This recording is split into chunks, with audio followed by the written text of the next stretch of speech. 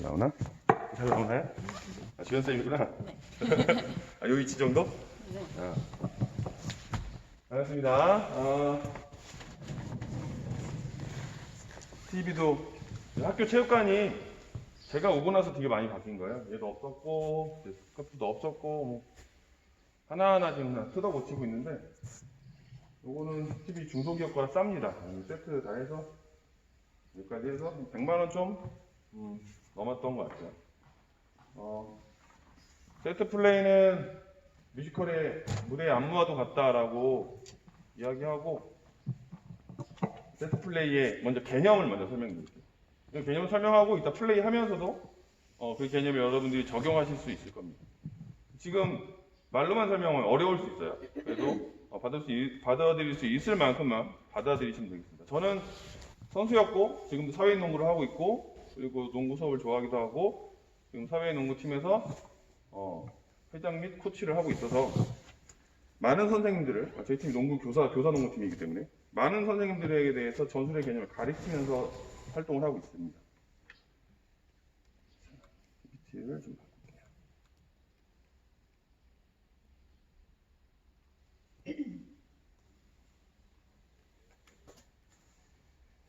목재.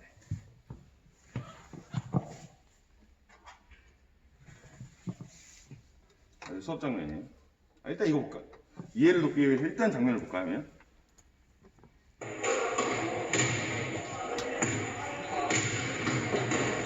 레디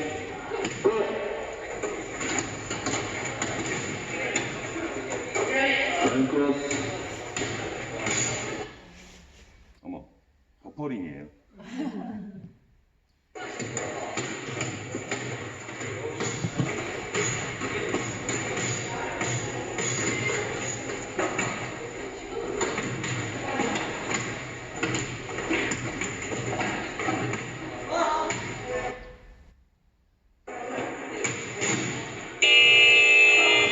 이건 24초 지난 겁니다. 이 얘기였죠. 24초 안에 주어진 과제를 해야 되는 거예요. 이건 구체적인 설명은 연필을 또 하고요. 이런 수업을 하고 있고요. 먼저 농구에서 전술 플레이가 필요한 이유에 대해서, 좋은 슛 기회는, 전술은 좋은 슛 기회를 만들고 좋은 슛 기회는 성공률이 높아집니다. 흔히 오픈 찬스라고 하죠. 오픈 찬스를 만드는 거죠. 턴오버를 줄입니다. 턴오버를 줄이죠. 약속된 플레이를 하기 때문에 턴오버를 줄이고 5명 모두가 참여하게 만들 수 있죠. 코치는 5명 모두가 참여하게 만들 수 있습니다. 그런 거 있어요. 농구를 처음 배우는 농구 동호 영훈이요. 농구를 처음 배우는 선생님들에게 특정 자리에 거기서 기다리라고 합니다. 가만히 있으세요 그래요. 거기 가만히 있으세요. 그러면 그분이 가만히 있는 말을 잘 안 들어요. 자꾸 가려고 그래. 어디가 가려고 하게 기다리라고 표현하거든요. 근데 그 기다리는 것만으로도 팀에 기여하는 거예요. 그 자리에서 기다리는 것만으로도. 만약 물론 이 사람이 여기서 기다리면 기여하지 않죠. 이런 데서 기다리면 골대 저긴데 이런 데서 물론 기여하게 만들 수도 있어요. 하지만 지도자가 여기서 기다려라고 하는 건 그 의미가 있는 거예요. 이유가 있는 거예요. 그 사람이 기다리는 것만으로도 기여하는 겁니다. 참여하고. 예를 들어 그 사람에게 저 로우 포스트, 골대 바로 아래에 있는 모서리인데 로우 포스트에 기다리고 있어 라고 하는 건 가장 전략적 요충지거든요. 그러니까 넌 거기 있어 이거예요. 거기 있으면 그걸 활용해서 다른 아이들이 또 다른 새로운 움직임을 만들 거니까. 그런 겁니다. 그리고 팀의 강점을 살리고 약점을 보완할 수 있습니다. 경기를 이해하고 더 많은 기회를 제공하고 더 많이 승리하고 더 많은 성공 경험을 가집니다. 상대가 예측하기 힘들게 합니다. 이거 저도 동의하는 바인데 이게 제가 미국 농구 교육 자료에서 본 내용이에요. 네. 저는 적극적으로 동의하고요. 실제로 이렇죠. 근데 이 아래는 이제 수업인 거죠. 이건 이제 제가 쓴 거예요. 농구를 보는 안목을 높여줘요. 학생들한테 농구를 보는 안목을 높여주고 스포츠에서 역할과 책임을 배웁니다. 각각의 역할이 있고 선수들은 학생들은 다 달라요. 선수도 다르고 학생도 다 다릅니다. 아들의 기능 수준, 성향, 신체 조건은 다 달라요. 근데 그 다른 신체 조건과 다른 성향에 따라서 자기가 어울리는 역할을 수행하면 이 아이는 이 수업에서 비록 내가 슛은 잘 못 넣지만 이 팀에 기여할 수 있는 기회를 제공할 수 있죠. 전술 수업의 특징이죠. 실제적인 협동 경험을 선사합니다. 제가 최근에 이 수업하면서 애들한테 한 말이에요. 이 수업은 매우 적극적인 협동심이 발휘돼야 된다. 근데 이 협동은 마음으로 하는 게 아니다. 실제적이어야 된다. 협동을 발휘하고 싶으면 더 빨리 뛰고 더 정확하게 해주고 더 적극적으로 움직여라. 우리가 보통 협동심 수업 시간에, 체육 수업 시간에 팀 스포츠 협동심이 발휘돼야 돼 라고 말하는데 구체적으로 어떻게 발휘해야 되는지 모르잖아요, 애들이. 그래서 협동심을 발휘하고 싶어도 가만히 있죠. 근데 이 전술 과제를 하면 협동을 발휘하기 위해선 약속된 움직임을 해야 되기 때문에 자기가 협동을 발휘하고 있다는 사실을 알게 돼. 내가 이 행동 자체가 협동이구나. 라는 거. 공동체적 활동을 가능하게 하고요. 잠시 후에 선생님도 하시게 될 텐데 전술을 짤 때 혼자 안 짜거든요. 같이. 왜냐면 자기 역할과 자기가 수준이 있으니까. 자기가 못할 걸, 자기가 할 수 없는 과제를 이 친구가 시키면 안 되잖아요. 그럼 자기가 할 수 있는 과제를 해야 되기 때문에 거기에 공동체 활동에 참가할 수밖에 없습니다. 그리고 다양한 변화가 가능한 과제 설계가 가능합니다. 전술 과제를 수업을 하시다 보면 제가 한 수업은 굉장히 낮은 수준이에요. 낮은 수준. 왜냐면 그거 말고 할 게 되게 많거든요. 근데 이 수업을 이따가 경험하시면 이거 또 다르게 하면 더 높은 수준 혹은 더 창의적인 수준으로 선생님들 스스로 개발하실 수 있을 겁니다. 높은 성공률을 경험을 선사합니다.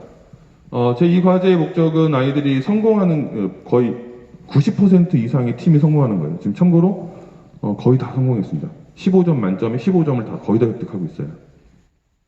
자, 농구 전술의 종류에는 모션 오펜스, 콘티 오펜스, 세트 오펜스, 존 오펜스 이렇게 있는데 사실 이건 전문적인 수준이고요. 선생님들 수준에서는 딱 둘로 나누셔도 괜찮습니다. 모션 오펜스 그리고 세트 오펜스. 모션 오펜스는 정해진 약속과 개념만 있을 뿐 경로는 없는 거예요. 약속과 개념만 있지 꼭 가야 하는 위치는 없는 거예요. 세트 오펜스는 정해진 경로가 있는 거죠. 혹시 콘티 오펜스부터 그런데 콘티, 세트, 존 오펜스. 존 오펜스도 모션 개념에 가까워요. 그래서 크게 둘로 나누는 겁니다. 약속한 대로 움직일 거냐, 약속한 위치로 갈 거냐, 약속한 개념으로 갈 거냐. 이런 거죠. 그래서 모션 오펜스에서는 보통 읽고 반응하기라고 말해요. 읽고 반응하기 전략이라고도 하는데 영어로 리드 앤 리액트 오펜스라고 검색하면 떠요. 실제로 유튜브에다가 리드 앤 리액트 오펜스 검색해보세요. 그러면 미국의 수많은 자료들이 떠요. 유튜브 자료들이. 그래갖고 그 전술에 대한 미국 코치들이 막 설명을 합니다. 이런 상황에서 이렇게 움직여야 되고 저런 상황에서 그러니까 즉 모션 오펜스는 선수의 혹은 학생의 선택권이 생기는 거예요. 판단이 필요해요. 그래서 낮은 수준의 학생들은 하기 어렵죠. 대신 세트 오펜스 같은 경우는 정해진 약속대로만 움직이는 겁니다. 정해진 약속대로 움직여요. 그래서 그다음 기획한 최적의 성공 확률이 높은 선수에게 공이 가게끔 그 선수가 좋은 위치에서 슛을 쏘게끔 완전히 약속된 장소.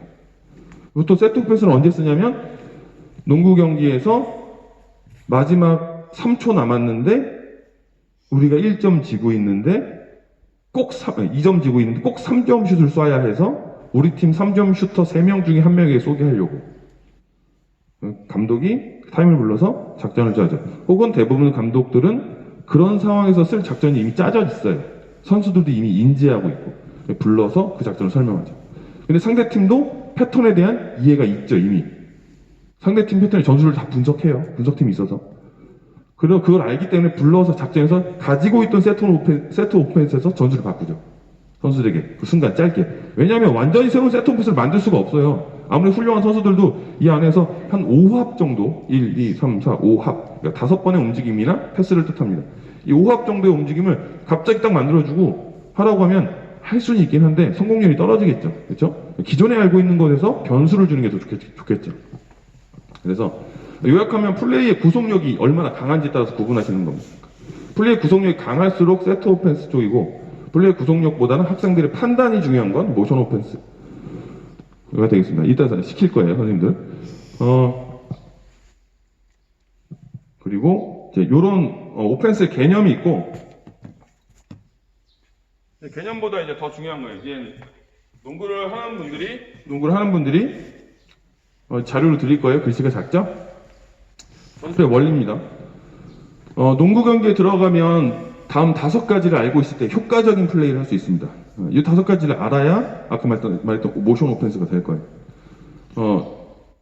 미스매치, 아웃넘버, 슛, 페넌트레이션, 어시스트 총 5가지. 미스매치, 아웃넘버, 슛, 패스, 슛, 페넌트레이션, 어시스트. 즉 쏘고, 돌파하고, 주고 3가지.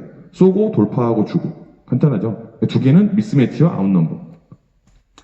미스매치는 상대에게 기능적으로 우위를 정하는 거고, 아웃넘버는 상대보다 많은 공격수를 가지는 거고, 수비가 떨어지면 던져야 되고, 붙으면 돌파해야 되고, 우리 편이 빈자리에 자리하면 패스해야 된다. 5가지. 그래서 MOSPP라고도 말하고 다르게 표현할 수도 있습니다. 제가 만든 거예요. 5가지 요소들을 이렇게 써놨는데 그림과 같이 먼저 미스매치에 대해서 설명하겠습니다. 미스매치의 개념은 매치, 잘못된 매칭이죠. 공격수 입장에선 과거 미스매치는 큰 선수가 작은 선수를 상대로 플레이할 때 미스매치였어요. 현대 농구에서 미스매치는 큰 선수가 작은 선수를 상대하는 것도 미스매치지만 작고 빠른 선수가 크고 느린 선수를 상대하는 것도 미스매치예요. 요즘 3점 슛 확률이 굉장히 높아졌기 때문에 작고 빠른 선수가 3점 슛 거리에서 공을 잡고 있으면 마찬가지로 작고 빠른 선수가 막을 때 효과적이에요. 근데 작고 빠른 선수가 3점 슛 거리에서 공을 잡고 있을 때 크고 느린 선수가 이 선수를 막으면 크고 느린 선수는 이 선수를 막기 힘들어요. 왜냐면 이 선수가 선택할 수 있는 경로가 많죠. 슛을 쏠 수도 있어요. 슛을 쏘려면 이 선수는 확 가까이 와야 돼요. 그럼 돌파하면 되죠. 느리기 때문에 못 따라와요. 이게 미스매치입니다. 그래서 농구에서 농구의 전술 전략에서 이기려면 뭘 만들면 돼요? 미스매치 상황을 만들면 돼요. 모든 전술은 미스매치 상황을 만들기 위한 겁니다. 결국에. 자, 다음 아웃넘버인데요. 아웃넘버는 말 그대로 숫자가 부족한 거예요. 즉, 수비 숫자가 부족한 거. 모든 공격은 미스매치를 요구하고 모든 공격은 아웃넘버를 만들려고 합니다. 이 2가지가 다예요. 모든 공격은 아웃넘버 상황을 만들기 위해 노력하는 거예요. 스크린, 커팅, 백, 어라운드, 핸드오프 전부 다. 아웃넘버를 만드는 방법은 여러 가지가 있죠. 가장 대표적인 게 속공이죠. 속공, 빠른 공격이죠.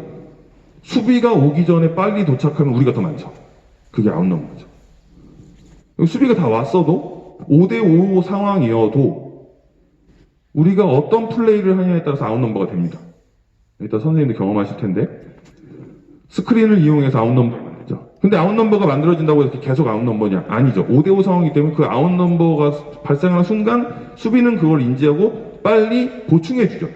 다시 아웃넘버가 아닌 상황이 되죠. 즉 공격수는 찰나의 아웃넘버 순간에 공을 주는 거예요. 찰나의 아웃넘버 순간에 슛을 쏘고 그게 목적인 겁니다. 전술의 목적은 그거예요. 결국엔 전술의 목적은 미스매치와 아웃넘버를 만들 거예요. 수비는 미스매치와 아웃넘버가 안 되게 만드는 거고 그 다음이 이제 개인 전술인 거죠. 떨어지면 무조건 쏴야 돼. 붙으면 파야 돼. 파면 내가 아웃넘버가 되죠. 얘가 떨어져 나갔으니까. 그럼 상대방 다른 수비가 또 오겠죠. 그러면 패스해야죠. 왜냐면 우리 편이 비었으니까. 이게 다예요.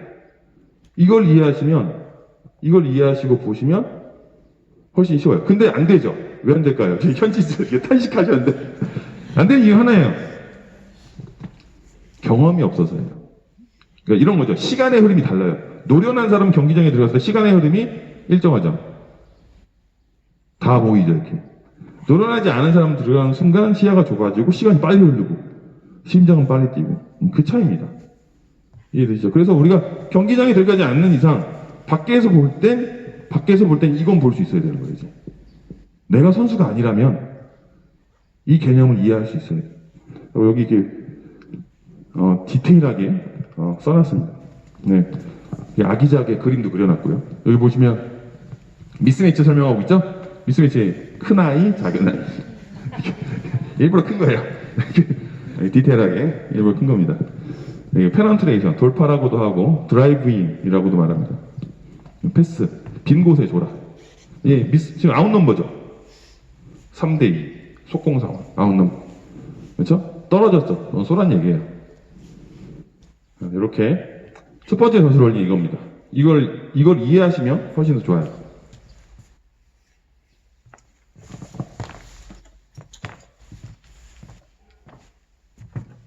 자, 두 번째 전술 원리는 최대 스페이스와 그리고 위치와 경로입니다. 자, 보세요. 농구 선수는 5명이에요. 5명의 선수가 3점 슛이 다 가능하다고 봅시다. 5명의 선수가 3점 슛이 다 가능하다면 5명의 선수가 코트에 자리 잡았을 때 3점 슛을 쏘기 위해 자리 잡았을 때 가장 효과적인 자리는 어디일까요? 자, 이렇게 쓰는 게 가장 효과적이에요. 왜냐? 개인과 개인의 거리가 최대 거리예요, 여기가. 이 5군데 섰을 때 5명의 개인과 개인의 거리가 최대 거리입니다. 5명이 다 섰을 때. 개인과 개인의 최대 거리라는 얘기는 뭐냐면 수비가 막아야 되는 사람이 1인 거예요. 농구는 1 빼기 1은 0이죠. 그렇죠? 모두 아마 영역 스포츠가 다 그럴 거예요. 1 빼기 1은 0입니다. 공격수 1명에 수비수 1명이면 제로예요. 남는 게 없는 장사죠. 근데 공격수 2명에 수비수 1명이면 몇일까요? 공을 안 잡고 있는 상태에서 공격수 2명에 수비 1명. 2 빼기 1은 제로예요. 남는 장사가 아닌 거예요. 공격수가 2명 모여있고 수비가 1명 있습니다. 공을 잡지 않고 있어요, 전부 다. 공은 반대편에 있습니다. 이 공 줄 수 있을까요, 없을까요? 못 주죠. 남는 장사가 아닌 거죠. 2 빼기 1은 제로가 되는 거죠. 2 빼기 1은 1이 되는 게 아니라. 물론 이 공격수는 둘이 같이 있다가 갑자기 쫙 찢어졌어요. 헤어졌어요. 그럼 그때는 남는 장사가 되는 거죠. 얘가 1대1이 되고 1 빼기 0이 되니까. 근데 얘가 1 빼기 0이 되진 않죠. 수비도 1명 있잖아요, 어차피. 그렇죠? 그럼 보세요. 공격 2명이 있고 수비 1명이 있습니다. 그럼 2 빼기 1 돼서 0 되죠. 그럼 수비 1명은 뭐 하고 있을까요? 다른 수비에 기여하고 있겠죠. 다른 수비에 기여하고 있는 거잖아요. 그래서 수비가 더 우월해지죠, 반대편에서. 그런 건 이제 윅사이드와 스트롱사이드라고 말하는데 잠시 후에 또 볼 거예요. 그래서 농구에는 총 코트에는 그려져 있지 않지만 탑, 윙, 코너, 하이, 미들, 로우 이렇게 각각의 위치를 지칭하고 있습니다. 선수들은 그래서 감독 코치나 선수들은 탑이라고 말하면 다 어딘지 알고 있고 윙이라고 하면 다 어딘지 압니다. 우리가 3점 라인 하면 3점 라인 그려져 있지만 탑은 어딘지 그려져 있지 않죠. 그래서 이 개념을 알고 있는 것만으로도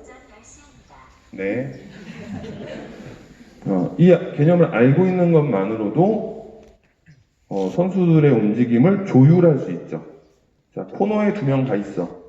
로우로 태성이 로우가 있어, 상민이 하이가 있어. 이렇게 말할 수 있죠. 이게 말해서 이해할 수 있다는 건 되게 큰 무기죠. 처음에 학생들 가르칠 때 이제 농구 좀 수준급의 농구를 가르칠 때 이제 경기를 하려고 하는데 전술을 발휘해야 되는데 전술이 발휘가 전혀 안 돼. 애들이 이 개념을 모르는 거죠. 이 개념 알면 애들이 말할 수 있죠. 야, 로우에서 기다리라니까. 넌 로우에 서 있어야 돼. 로우에서 스크린 걸어. 로우에서 윙으로 뛰어나와. 라고 말할 수 있죠. 이 개념 역시 제가 10년 전에 만든 거예요. 화살표가 다 연결되어 있죠. 그래서 농구 전술은 결국엔 이 포인트에서 포인트로 이동하는 게 이 포인트에서 포인트로 이동하거나 이 포인트에서 포인트로 주거나 이런 것들이 농구 전술의 그림이에요. 실제로 잠시 후 이제 NBA 선수들 플레이하는 거 보실 텐데 똑같습니다. 똑같은 위치에서 똑같이 주고 똑같이 움직입니다. 물론 막 이런 데가 이런 데서 하죠. 근데 선수들 보면 굉장히 비슷한 위치에서 대부분 플레이해요. 왜? 가장 적절한 자리니까. 여기랑 이 중간에서 슛 쏠 때도 있거든요. 이 중간에 슛 쏠 때 있지. 형 중간에서 할 때 많이 있어요. 이 중간에 하는 건 이 중간에 서 있진 않아요. 여기 서 있습니다. 뛰어들어가서 여기 잡는 거예요. 보기 안 좋은 자리죠. 뒤에 그냥 서 있는 거.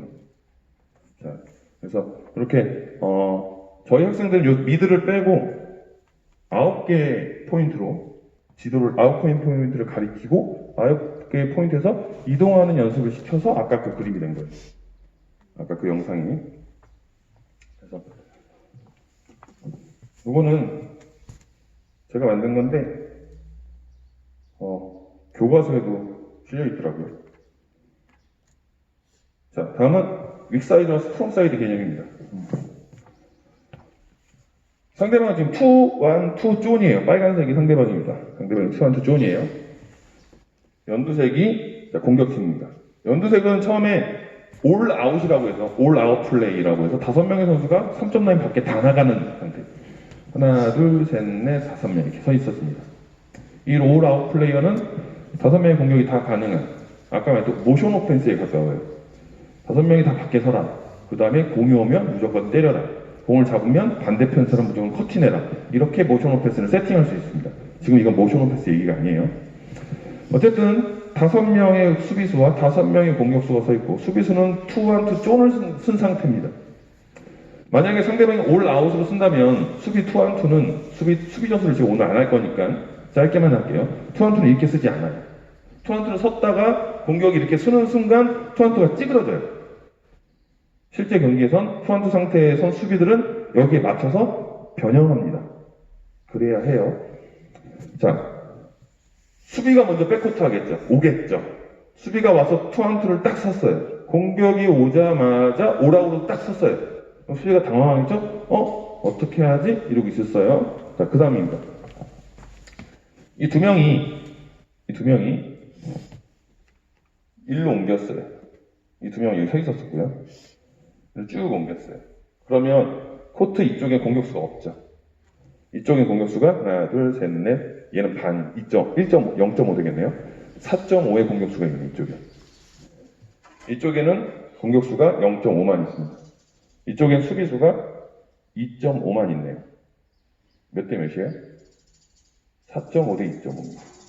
누가 유리할까요? 공격이 유리하죠. 이 순간이 몇 초나 지속될까요? 얼마 지속 안 돼요. 근데 그 얼마 지속 안 되는 그 짧은 시간은 굉장히 매력적인 시간이죠. 자, 이 선수가 이렇게 쭉 뛰어왔어요. 노마크 찬스죠. 근데 얘도 같이 뛰어왔어. 노마크 찬스래요. 스트롱 사이드, 윅 사이드. 약한 쪽, 강한 쪽. 스트롱 사이드, 윅 사이드는 수비 입장이에요. 수비 입장에서 윅 사이드, 우리가 약한 쪽. 상대방이 강한 쪽, 스트롱 사이드. 약한 쪽, 강한 쪽. 공격팀, 볼 사이드라고 합니다. 볼 사이드. 볼이 있는 쪽. 볼이 곧 일로 올 거니까. 이거를 오버로드라고 합니다. 이런 전술의 개념을 아까 모션 오버로드 전술. 넘어와서 이쪽이 순간적으로 많게 만드는 거예요. 이런 걸 윅사이드와 오버로드. 농구의 전술적 위치는 원리는 수비의 위치에 따라 결정되고 앞서 말했듯이 모든 공격은 우리 편이 미스매치 되도록 만들거나 아웃넘버 되도록 하기 위함이다. 아웃넘버 되죠. 다음 그림 보면 쉽게 이해할 수 있는데 오른쪽 2명 선수가 동시에 왼쪽 윙 코너로 이동하면 수비의 위치에 변화가 없는 순간에는 코트를 반으로 나눌 때 왼쪽에 있는 공격수가 많아지게 된다. 코트를 분할해서 볼 때 이 역시 아웃넘버 상황이라고 볼 수 있다. 농구에서 전술적 용어를 이를 오버로드라고 한다. 이렇게 보시면 됩니다. 실제로 재밌는 건 제가 실제로 되게 많이 쓰는 전술이에요. 제 경기에서. 자, 이렇게 뛰어요. 수비는 반응하죠. 뛰는 걸 이해했으니까 얘가 말하죠. 이 친구한테 말하죠. 야, 뛴다. 네가 나가.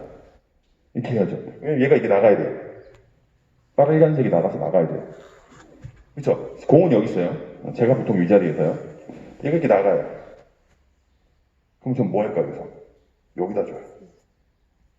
얘가 도착하기 전에. 그러면 여기보다 더 효과적인 골대와 가까운 자리에 공이 들어가는 거죠. 이해되시죠? 이게 되게 매력적인 패스가 돼요. 저기서 저기까지 순간적으로 폭 들어가요. 그때 손맛이 생기죠. 진짜예요. 이게 되게 재밌어요. 이 선수는 여길 봅니다. 이 선수는 끝까지 여길 봐요. 난 여기 줄 거라고 제스처를 취합니다. 코너를 얘한테 말해요. 야, 코너로 가라고. 코너를 계속 봐요. 그럼 로우에 있던 수비수는 이 친구예요. 수비수는 코너에 주려고 나. 코너에 또 심지어 얘가 돌아오는 얘가 뭐야? 슈터야. 3점 슈터. 얘 슛이 잘 들어가. 유명한 애야. 뛰어. 얘 막아야 돼. 나가겠죠. 하지만 이 사람은 말과 행동은 여기인데 마음은 어디에 있어? 여기 있죠. 왜냐? 여기가 1픽이죠. 골대랑 가깝잖아. 얘가 아무리 슛이 와도 50% 이상 못 넘겨요. 여기는 90%죠. 그런 재미가 있어요. 농구를 하면 제가 이제 가드인데 그 어시스트 하는 재미에 빠지면요 어시스트밖에 안 해요. 슛이 점점 나빠지기 시작해요. 자 어쨌든 이런 원리다. 그리고 자 이제 네 번째 선생님이 또 하기 싫은 전술 원리에는 전술적 움직임은 볼의 위치와 사람의 위치에 따라서 어느 방향으로 움직이냐에 따라서 얘를 커튼이라고도 하고 어라운드라고 하기도 하고 백도어라기도 하고 미드아웃이라고도 하기도 합니다. 전술적 움직임은 다양한 용어로 표현되고 대표적으로 컷, 스크린, 어라운드, 미드아웃, 백도어 등이 있습니다. 이들 움직임은 볼과 사람 그리고 볼과 움직이는 사람 그리고 이 세 개를 기준으로 어느 방향으로 가느냐에 따라서 다르게 불릴 뿐 대부분 다 아까 그 포인트에서 포인트로 이동해요. 이 포인트에서 이 포인트가 이동이 공이 여기 있을 땐 커튼인데 공이 저기 있을 때는 백도어가 되는 거예요. 링을 향해서 달려들지만 수비 앞을 지르고 가면 커튼이고 볼과 멀어지면서 링을 향해서 가면 백도어나 백컷이 됩니다. 보통 백도어는 백컷이라고도 말해요. 그리고 컷이 가장 대표적인 움직임 용어예요. 컷은 L자로 움직이면 L컷이라고 말하고요. V자로 움직이면 V컷이라고 말합니다. 곡선은 컬컷이라고 하고요. 미드아웃과 백도어가 있지만 미국에서는 미드아웃이라는 용어를 안 쓰기도 해요. 그냥 V컷에서 나와서 잡으면 미드아웃 동작과 같습니다. 그래서 그리고 상대방을 막으러 가는 건 스크린이죠. 길목을 막으러 가는 몸으로 막기 위해서 스크린이 되고 볼을 소유하거나 볼을 소유하지 않은 상대 수비를 향해 가면 스크린이 되고 볼을 받기 위해 밖으로 나가면 미드아웃 볼과 사람, 림을 기준으로 움직임의 방향이 이들을 결정합니다. 네, 그림으로 표현했는데요. 자, 여기 이 노란색 친구는 볼을 기준으로 수비수 뒤쪽으로 링을 향해 가고 있습니다. 이걸 백도어라고 말하고 NBA 영상에서 많이 보는 엘리웁 덩크가 이때 많이 나오죠. 엘리웁 덩크가. 그리고 공을 기준으로 노란색 선수가 링을 향해 수비 앞쪽으로 잘라 들어가는 것. 그런 커튼이라고 말합니다. 공을 기준으로 이 사람. 근데 이 사람 일로 가면 백도어가 되죠. 백컷이죠. 자, 공을 기준으로 이 사람이 공을 가진 사람에게 가까이 가는 거. 근처 어라운드 하게 되고 여기서는 공을 많이 주게 되면 이걸 핸드오프, 손에서 손으로 주는 핸드오프 상황을 말합니다. 이거 잠시 후에 선생님이 하실 거예요. 핸드오프. 자, 공을 가진 사람의 수비에게 가는 것, 혹은 공을 안 가진 사람의 수비에게 가서 수비의 길을 막는 것은 스크린이라고 말합니다. 그래서 커팅, 미드아웃, 어라운드, 스크린, 백도어. 백도어는 뒷문, 그러니까 수비 뒤로. 백컷이라고도 해도 되고요. 이렇게 5가지 움직임. 아까 아이들 움직이는 거 보셨죠? 그 움직임 속에 얘네 다 있어요. 애들은 몰라요. 애들 내가 이것까지 가르치고 싶지가 않은 거야. 그럴 시간이 없어. 하지만 얘들아 이거 5가지 너네 하고 있는 거 다 있는 거야 하고서 이제 커팅까지만 가르쳤어요. 커팅은 링을 향해서 뛰다가 공을 받아서 득점해야 돼. 왜냐면 이 수행평가의 마지막 요소 중에 하나가 커팅을 통한 캐치 후 레이업이에요. 그걸 해야 돼요. 그게 수행평가 요소거든요. 그래서 이렇게 되겠습니다.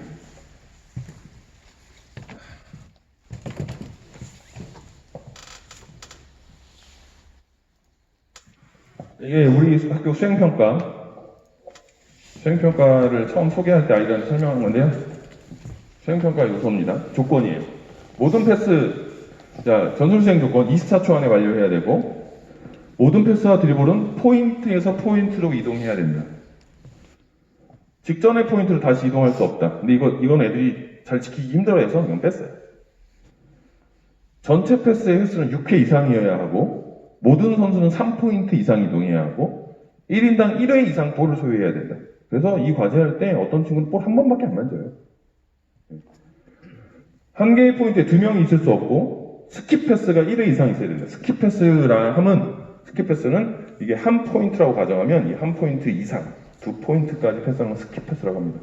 여기서 여기, 여기서 여기, 여기서 여기, 여기서 여기, 여기서 여기, 여기서 여기. 이도 스킵 패스입니다. 수행평가 조건에 스킵 패스를 1회 이상 하게 되어 있습니다. 드리블 플레이가 2회 이상 나와야 하고 득점은 레이업으로 완료해야 된다. 득점이 이루어지지 않을 경우 시간이 남았다면 리바운드 후 득점이 가능하다. 그래서 레이업을 넣는 게 목표가 아니에요. 레이업을 시도하는 게 목표지. 들어가지 않아도 괜찮다. 레이업을 시도하는 게 목표고 레이업을 시도하고 안 들어갔다면 시간이 남았다면 누구나 잡아서 넣어도 된다.